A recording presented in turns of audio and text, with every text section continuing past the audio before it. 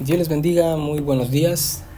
El día de hoy quisiera comentar un poco respecto a un pasaje bíblico de Jeremías, pero antes vamos a comentar los libros y los capítulos del día de hoy. Hoy 2 de septiembre, segundo libro de Crónicas, capítulo 24, Oseas, capítulo 5 y Jeremías, capítulo 28. En Jeremías, el capítulo 28, habla algo muy interesante que llamó mi atención porque, lo vemos en el titular, ¿verdad? En el título ahí.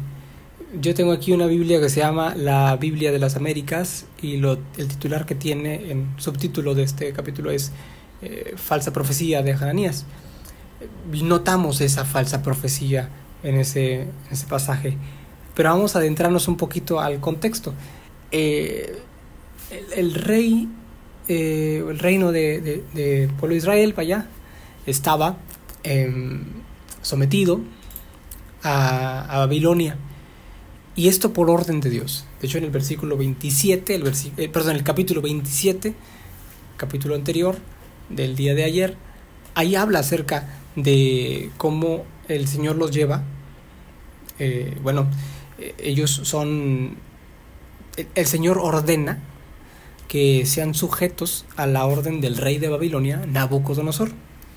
E incluso, en el versículo 7 del capítulo 27, el Señor, en una profecía aquí le habla como siervo, dice siervo mío, lo menciona así a Nabucodonosor. Entonces, el Señor lo que quería es que el pueblo de Israel estuviera sujeto a este gobierno, a esta autoridad, Nabucodonosor y al reino de Babilonia. En el versículo 22 del capítulo 27, que fue del día de ayer, dice lo siguiente: a Babilonia serán llevados y allí quedarán hasta el día en que yo los visite, declara el Señor. Entonces los traeré y los restituiré en este lugar. Aquí habla claramente de una restitución posterior a la cautividad en la que estaban, pero pedía una cosa. Bueno, en general eran dos, pero se resumen en una, ¿verdad? Obediencia y espera. En el capítulo 28, que corresponde al día de hoy, sucede algo muy interesante y llega un hombre llamado Hananías, que es un profeta, y trae una profecía. Y trae una profecía donde habla sobre que el pueblo va a ser liberado de los yugos de Nabucodonosor. Dice, a ver si lo tenía por aquí. Bueno, lo voy a leer desde el versículo 12 del capítulo 28. Dice: entonces vino Jeremías, la palabra del Señor. Aquí la palabra de Dios vino a Jeremías porque Jeremías y Hananías se encontraban hablando, porque aquí en el primer versículo habla Hananías la profecía, y en el versículo 5 la respuesta de Jeremías a Hananías. Y Jeremías confía en esas palabras, pero posteriormente en el versículo 12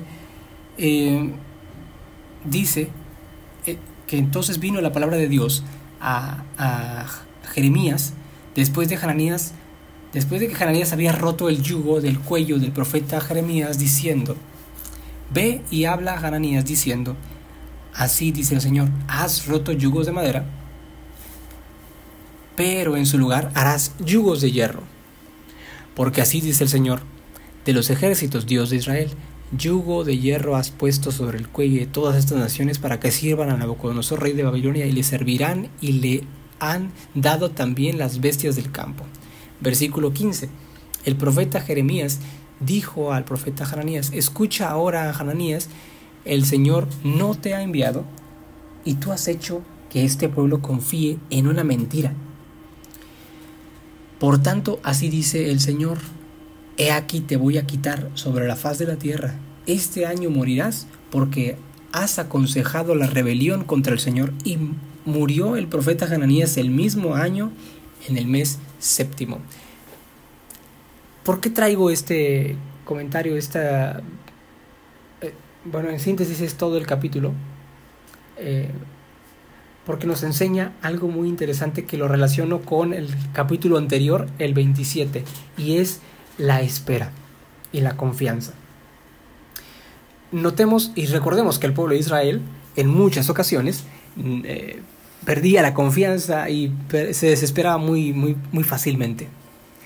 Cuando salían del pueblo, cuando salían de Egipto, y que Dios le había dado las tablas de la ley a Moisés había subido, ¿verdad?, al monte a recibir esos 10 mandamientos, y cuando desciende pues ve al pueblo adorando a otro ídolo, y pues por supuesto que se molesta,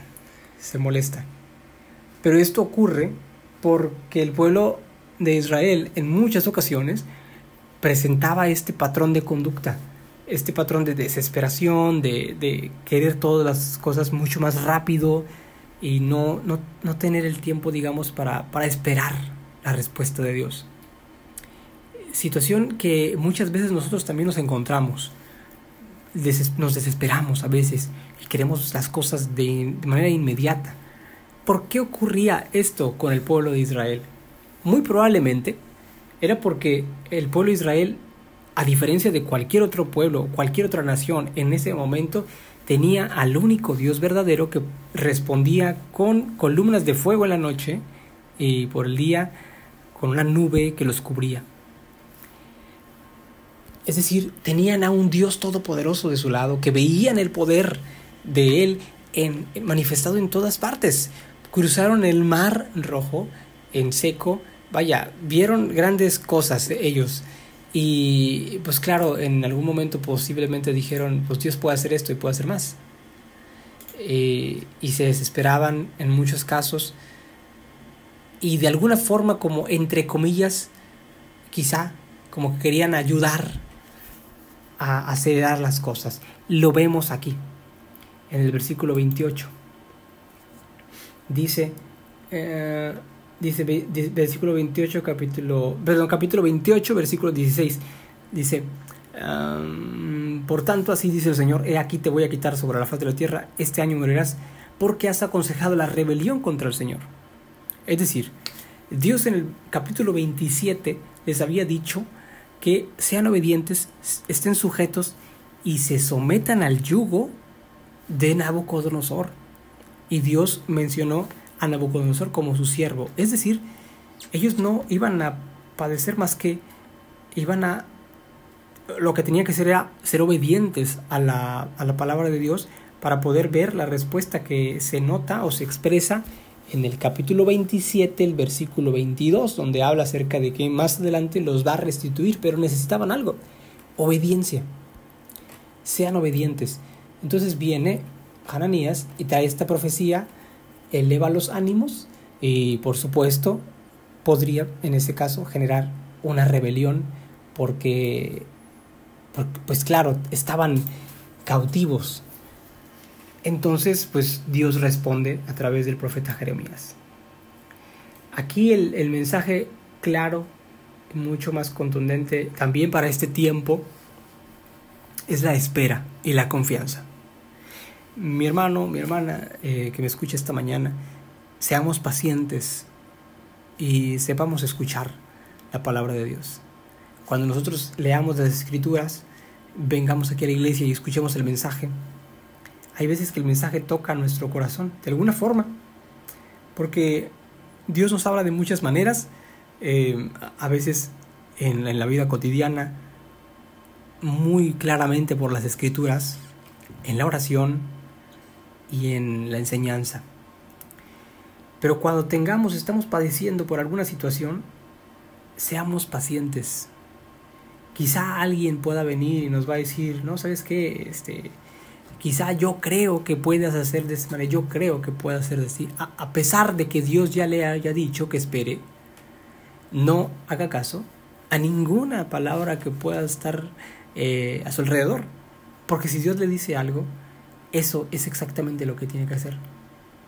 Si Dios le dice que espere, si Dios le muestra que tiene que esperar un tiempo para ver ese resultado, pues claro, tiene que esperar y va a ver el resultado.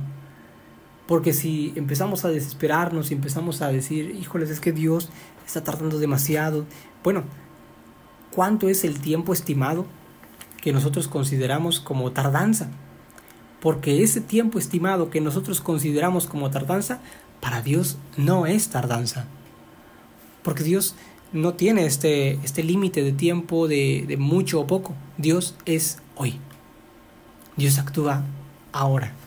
Y como actúa ahora, quizá Él está actuando en su vida interior, en su vida espiritual, y eso es lo que Dios está buscando. Si nosotros estamos padeciendo por una situación, estamos pasando por una adversidad, Dios lo que nos pide es, sean pacientes. Sean pacientes. En muchas ocasiones Dios nos va a sacar, Dios nos va a ayudar, nos va a guiar para encontrar esa salida de ese yugo, de esa cautividad. Pero lo primero que tenemos que hacer es estar sujetos a Él, a Dios, y ser pacientes, teniendo la certeza de que la respuesta de Dios llegará en el momento oportuno, no en mi momento, no en el momento en el que ya tengo el agua hasta el cuello, sino en el momento oportuno, en el que Dios diga, porque Dios tiene la respuesta adecuada en el momento preciso. Así que mi hermano, mi hermana que me escucha, muchas gracias por atender este pequeño comentario, y le invitamos, así como en algunas ocasiones, creo que anteriormente se lo habíamos mencionado, comparta puede compartir, siéntase en la libertad de compartir este audio a otros hermanos, amigos, conocidos, para que también sea de bendición, al igual que los demás audios que compartimos a través de esta plataforma. Dios les bendiga grandemente y nos mantenemos en oración por cada uno de nosotros aquí en la iglesia, asimismo también por el proyecto de la misión y de Iglesia 360. Dios les bendiga grandemente.